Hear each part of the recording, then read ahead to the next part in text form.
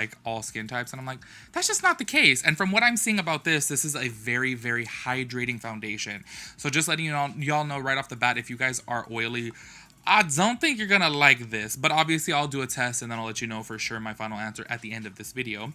So this is what it says from the Sephora app. It says what it is: a buildable, full coverage, hydrating foundation balm with a lightweight, long wear formula and a fresh matte finish in fully recyclable packaging. Coverage full, finish matte. Which is kind of crazy because honestly, y'all, when I did a little swatch on my hand, this thing is so creamy that I kind of felt like it would just be like kind of a dewy finish, but we'll see. Formulation: cream. It says highlighted ingredients: apple extract nourishes skin, sodium y'all know I can't read, hyaluronate. That's literally, y'all, I'm so done with these words. It says hydrate skin. Let me try that again. Hyaluronate. I think that was right? Anyways, this is hydrate skin. Ingredient callouts. Y'all already know about the ingredient callouts. You guys can go ahead and check that out on the site. That thing is long. It says what else you need to know. Infused with skin nourishing apple extract, this non-comedogenic foundation balm minimizes the appearance of pores and gives skin a smooth, healthy look. The non-cakey, flashback-free formula quickly covers blemishes and discoloration for a speedy confidence boost. Good to your skin and the planet. This product comes in an innovative compact that's fully recyclable with no mere magnets or metal. So it also says clinical results. In a consumer study on 32 volunteers, 97% agreed it feels lightweight, 94% agreed it delivers buildable full coverage, 94% agreed it makes skin look healthy, soft, and fresh. So now, just letting you guys know before we go ahead and get into the application part of this review, I am going to be using my Fenty Beauty sponge as well as a Hank and Henry what brush is this? It's kind of like a flat top brush. It's called Nikki. So it does recommend that you use it with a brush. However, if you guys are new to my foundation reviews, I do have broken capillaries on my skin. So I do find that whenever I use a foundation with a brush, it kind of skips over that and it makes my skin look a little bit separated and patchy.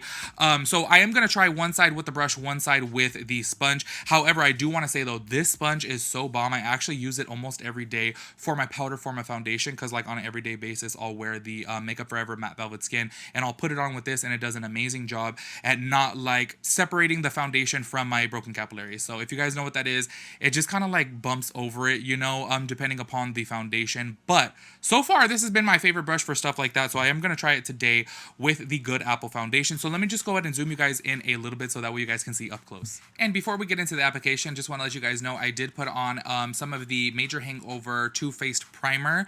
Honestly, I would have liked to use my Hydro Grip. However, I haven't bought a refill of that. I do feel like this would have been better for this foundation, considering it is very like nourishing, and I do feel like the Milk Hydro Grip kind of really just grips onto the foundation and keeps it on your face all day long. So I would have liked to have used that primer today. However, I don't have any more right now, so I was like, you know what, let's just slap that on and see how it is with that. However, I have seen a lot of people online not even using a primer.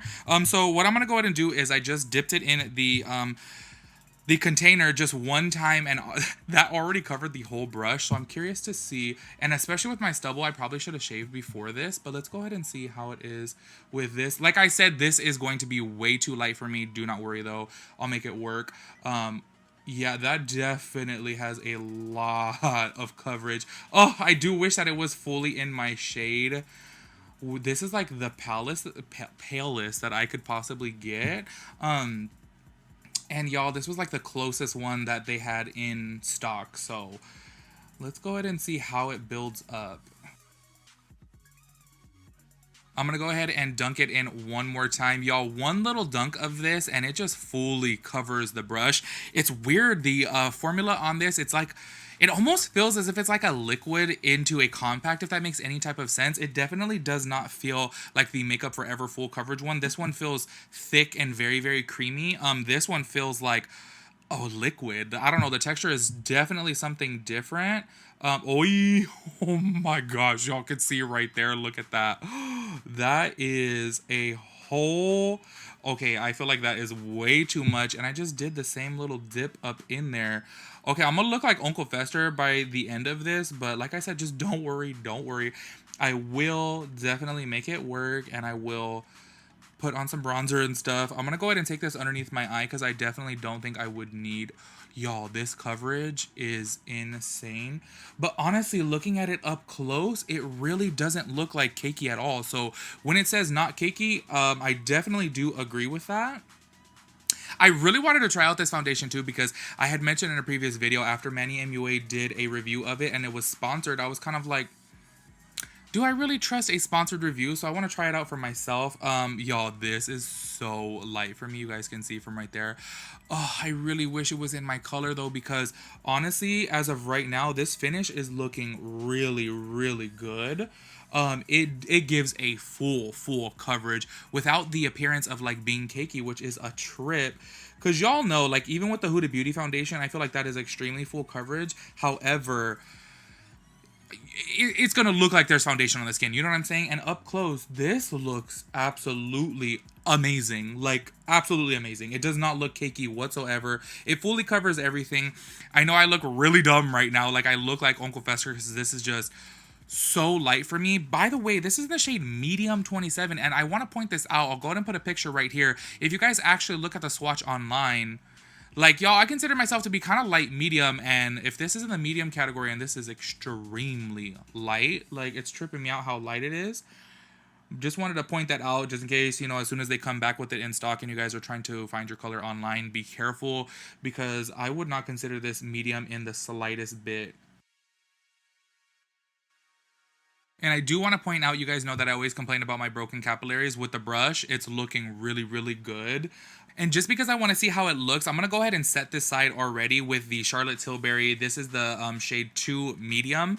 I want to see how it looks right now as soon as I set it because I am a little bit worried at how pale this is. I honestly thought that I would be able to pull it off because, like, looking at it, like I said, the swatches online, I was kind of like, okay, like, I think that it can make it work. But looking at this on camera now, oh, it is so pale. But this powder, I don't know if it like oxidizes on me or what, but when I had first put it on, I was like, oh, I look a little bit orangey. So I'm like, you know what? Being that this foundation is super pale, let's go ahead and see how this is. I'm going to go ahead and set my face with this right now, and I'm using the